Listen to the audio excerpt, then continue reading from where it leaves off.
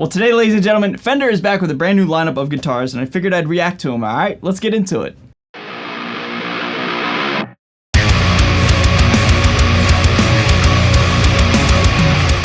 So what is going on, everybody? Thank you so much for joining me for today's video. My name's Ray. I'm a guitar player here on YouTube, and I guess Summer NAMM's in full effect, man. It's so bizarre. Like, it feels like Winter NAMM just ended.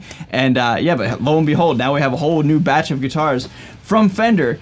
And, you know, Fender isn't necessarily the most metal brand in the world, but there are some serious contenders for guitars that are really going to pique the interests of the rock and metal players. So I figured I'd just, you know, showcase them for you if you guys haven't seen this, and just give my honest, you know, reaction, commentary, and just opinion about these new guitars, okay? So let's dive on in. If you're brand new to my channel, be sure to subscribe, alright? I'd really appreciate it. Thank you so much in advance. So, first in the chute, we have the Wong Strat. Now, Wong really blew up last year in 2020, especially when he got his signature Neural DSP plugin. Again, not very metal, but I figured I'd just give props where props are due. You know, congrats to Corey on his brand new Strat. We got like a transparent satin lacquer finish here with, you know, this kind of transparent blue. That's a solid looking guitar, man, but, you know, it's just cool to see somebody like just, you know, succeed. I'm super pumped and proud of anybody who's, you know, making it in this business. So kudos and congrats to Corey Wong, man, on your brand new signature guitar. Very cool, man. Let's move on to some wild shapes here. There's some cool ones here. There are several Paranormal guitars from Squier. Now, what's awesome about Squier is Squier's always killing it, man. I feel like Fender does this with Squier, where like they try out a whole bunch of different models that may be a little left to center. I feel like Fender is a little reluctant to release something super wild, and rightfully so, because, you know, Fender guitars cost more money to make, and, you know, if you don't have something that sells, you're gonna lose money. Totally get it. So Squier is kind of fun, man, in that aspect. Let's check out the Cyclone real quick. Alright, so this looks like a Jaguar of some sorts. I really like the white one a lot more than the red one per se. You have 3 on-off pickup switches, so there's no selector. So that's kind of wild. Like, you know, you just turn on your pickup if you want it, and you turn it off if you don't want it. Pretty straightforward, right? $429, man. 24 3/4 scale, C-shaped neck profile, chrome tuners, vintage style synchronized tremolo. I could certainly see a decent amount of rock and or metal players rocking one of these. Let's move on to another one. Arguably the most wild guitar that they have to offer right now is the Supersonic. Now this blue sparkle Supersonic, look at this thing, dude.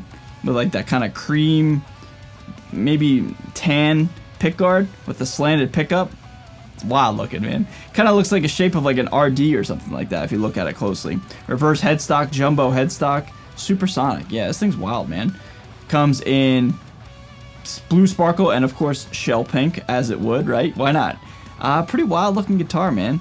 Squier Atomic humbucking pickups. This model features Squier Atomic humbucking pickups for the modern tone without hum. Okay, pretty straightforward there. Let's see, what's the scale length of this guy? Ooh, 24 inches. Very small guitar. Wow. All right. Kind of cool, man. I really like that blue sparkle one. That's a wild looking guitar, you know what I mean? Let's move on. All right, next we have the Paranormal Tornado. Now, correct me if I'm wrong, but yeah, these are reissues. So, you know, looking right here, originally introduced in 1998, the Tornado became a fresh face for a crowd of offset style guitars, so they're reissuing it. One thing I like about this guitar is it has the style of the bridge that my Squier Vintage Modified Baritone Jazzmaster has, right? So this offset guitar looks like a Jazzmaster kind of, but, you know, maybe a little chubbier or something like that.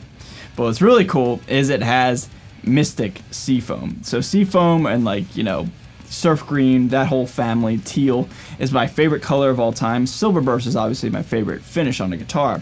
But in terms of, like, just, like, normal colors, Seafoam is my favorite. So this really hits home for me. Again, $429. 24 3/4 inch scale. Okay, so a little bit longer than the previous guitar we checked out. Squier Atomic humbucking pickups. Okay. What's the fretboard radius here? I'm curious to see that. 9.5. Okay, so pretty standard and straightforward with something you would expect from Fender and or Squier. Not a bad looking guitar. So now we have, this is interesting, we have a Paranormal offset telecaster. And ladies and gentlemen, what does this guitar look like to you? It looks like the Meteora that was released, God, 3 years ago now. I can't believe that's already been 3 years. Yeah, Paranormal offset telecaster. Looks just like the Meteora. Again, $429. I wonder what the scale length is here. Probably 25.5 if I had to guess. Yep, 25.5. comes in butterscotch, shell pink. Shell pink's getting a lot of love here. And the Olympic white. Olympic white's still my favorite. One of my favorite finishes on a guitar. That kind of cream, kind of vintage vibe. That's cool, man. Now, do I think this guitar is cooler than the Meteor? Absolutely not, but it certainly has that vibe, and it's a cool little guitar, man. Okay, now, the one that I've been looking forward to talking about the most, my favorite one of the lineup, is the Paranormal Baritone Cabronita. I believe that's how you say that? Telecaster, Cabronita. Sunburst and Surf Green. I gotta go with the Sunburst finish. I think this one looks absolutely killer, man. What's interesting and kind of a bummer is the scale length. It's only 27 inches long.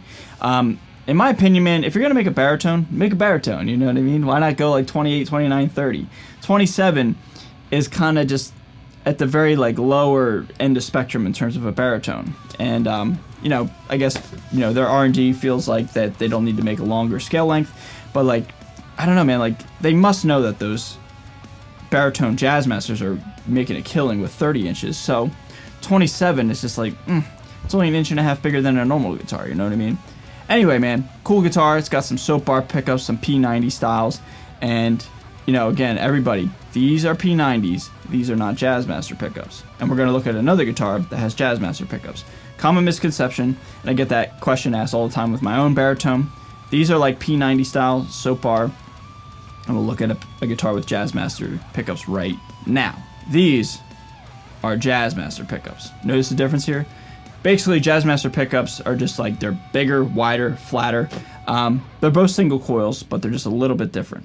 Anyway, onto this guitar itself. I love this guitar right here, man. This semi-hollow body with the gold kind of relic, not relics, but you know what I mean, like it's got the streaks in there on the pick guard and the black pickups. That looks really sharp, man. I really love that two-tone Sunburst Telecaster.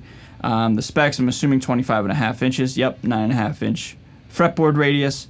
So, to the best of my knowledge, as much of it adheres to the traditions of a Telecaster, but that semi-hollow with the Jazzmaster pickups, man, that's wild. I like that. That's a cool looking guitar. That's mean looking.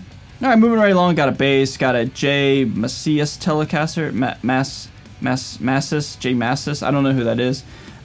Moving along, we got these guitars. I'm sure are going to make a killing, and I'm sure a lot of people are very popular or are very excited to have very popular opinions about the Kurt Cobain jagstang.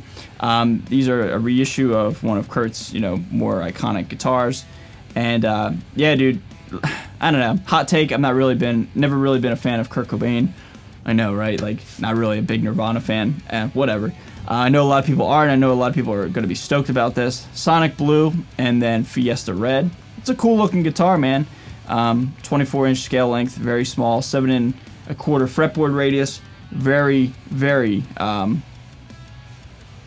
round fretboard radius. So I had a brain fart there for a second. Although Kurt was seen playing a variety of Fender guitars over the years, his Fender Jaguar and Mustang remain the most iconic due to their use on the Nevermind tour and the Smells Like Teen Spirit music video. Kurt designed the jagstang to combine his favorite elements of both instruments and brought it to life with the help from the Fender Custom Shop in 1993. So a little backstory on it. Not really a fan. I don't know if that's just because I'm not really, like, you know, nostalgic for Kurt Cobain, but I know a lot of people are. So that's cool, man. Got a lefty as well. 30th anniversary Screamadelica Stratocaster. Primal Scream's 1991 breakthrough album Screamadelica features... Who's Primal Scream? Uh-oh. I don't know who that is. I mean, it's a cool looking guitar, man. I'm assuming this is like the album artwork or something like that. I like the matching of the knobs with the body. It's kind of cool, man. Kind of a cool little thing here. I'm assuming made in Mexico. Yep, made in Mexico. Made in Mexico for $1,000. Not bad. Now, if we just keep on scrolling, man, got a lot of love for Squier here. Ton of Squier stuff here. Like I said, man, Squier's just been getting all the love, it seems like, and they're trying new cool things with Squier, which is awesome. Let's check out this Affinity Series Strat. Burgundy Mist, Charcoal Frost, that's kind of cool, man. But this, Olympic White, hell yeah, dude. You look like Jakey Lee with this thing, man. That's cool. $250, man. You can't beat that. $250 for this guitar, man. Designed and backed by Fender. Crafted in Indonesia. So it's made in Indonesia. $250, man. I don't know. That's a pretty insane deal. Look at that. That's a cool little guitar, man.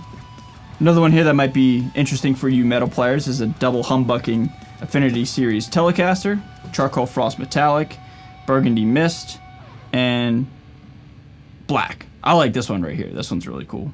I like this look. 280 bucks, man. Not bad.